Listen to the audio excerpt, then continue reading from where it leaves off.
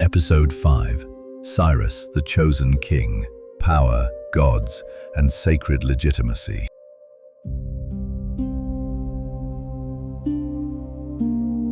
Part 1. After Babylon, a new image of Cyrus.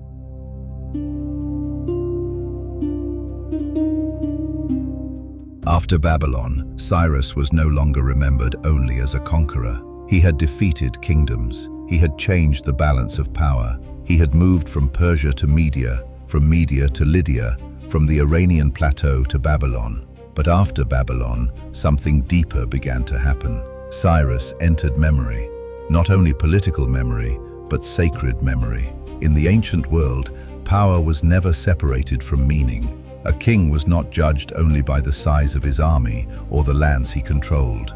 He was judged by whether his rule appeared legitimate, whether it could be understood within the language of gods, temples, rituals, and inherited traditions. This is why Babylon mattered so much. When Cyrus entered Babylon, he did not simply add another city to his empire.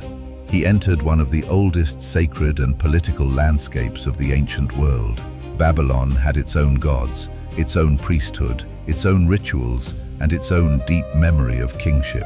A foreign ruler could not simply stand above such a world and ignore it. If he wished to rule Babylon, he had to be understood by Babylon, and Cyrus seems to have understood this. His power did not present itself only as conquest. It appeared as restoration, as order, as the return of balance after disorder.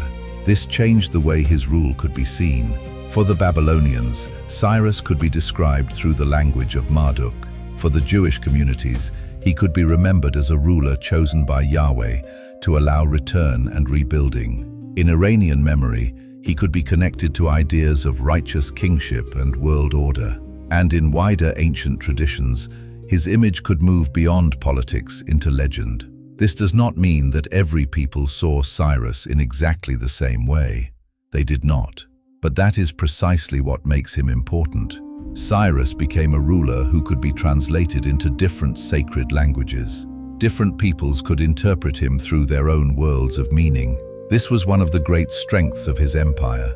It did not require every subject people to forget their own past. Instead, it allowed older meanings to survive inside a wider imperial structure. Cyrus was not only building an empire of roads, armies, and administration. He was building an empire that could speak to different memories. And after Babylon, that ability became part of his legacy.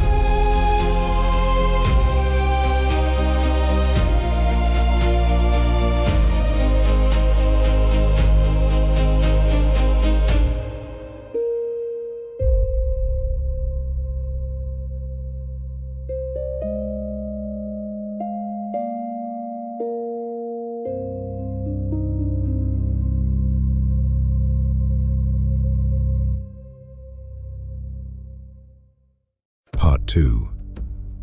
Cyrus and Marduk. Babylonian Legitimacy.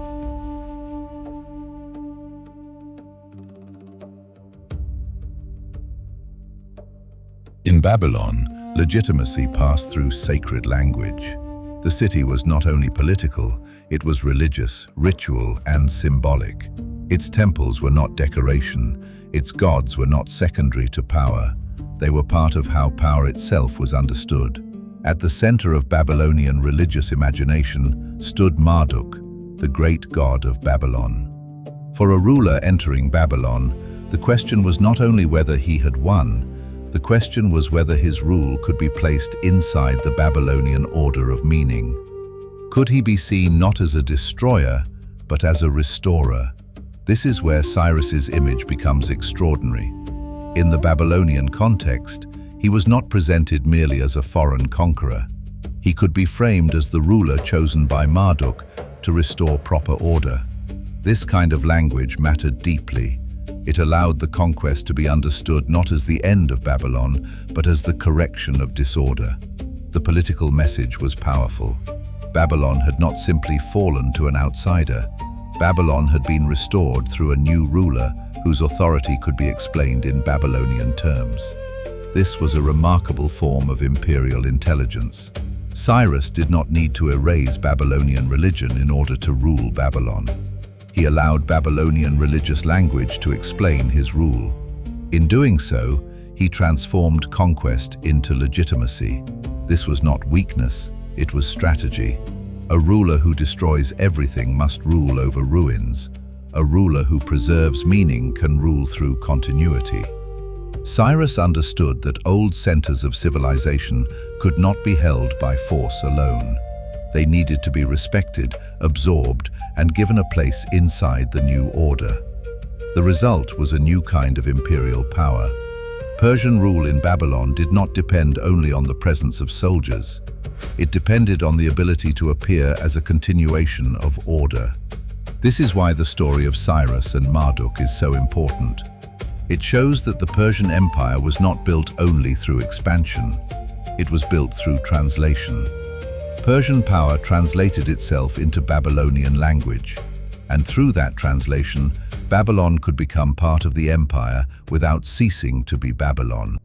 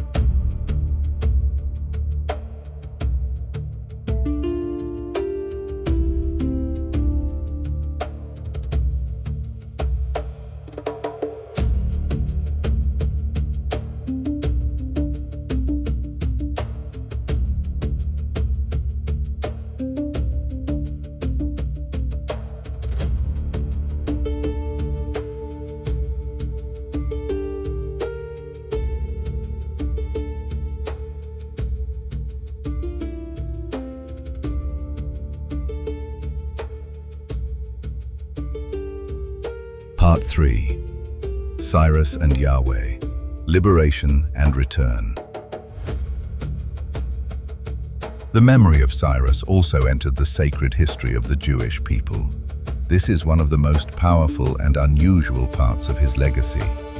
For the Jewish communities connected to the Babylonian exile, Cyrus was not remembered simply as another foreign king. He was remembered as a ruler through whom return became possible. In this tradition, Cyrus appears as an instrument of divine purpose. This does not mean he became Jewish or that he belonged to that religious world in a simple way. The point is different.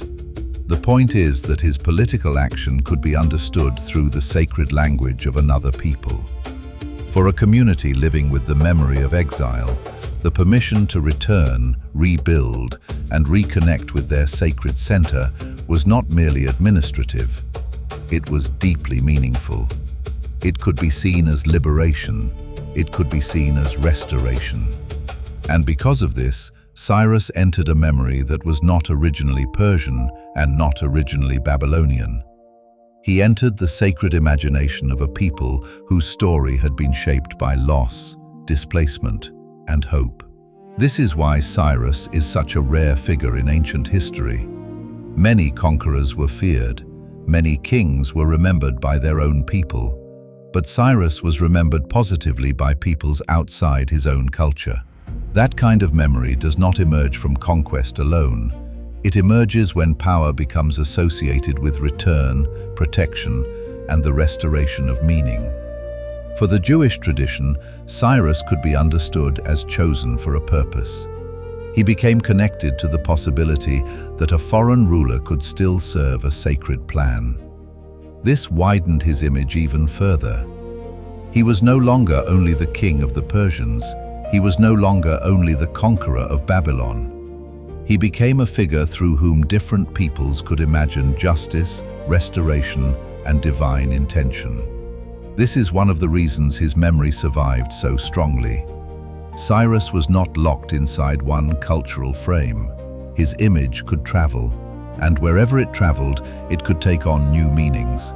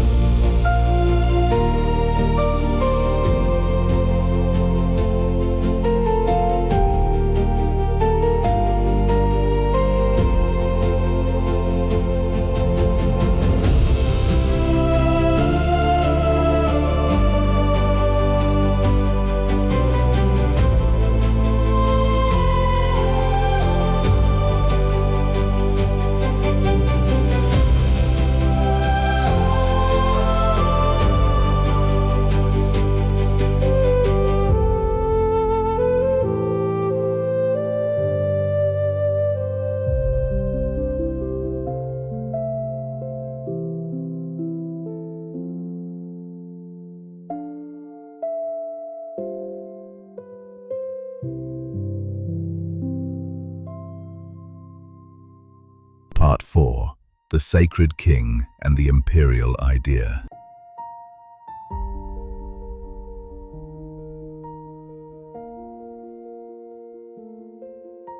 The image of Cyrus became larger than the events of his life. This happens rarely in history.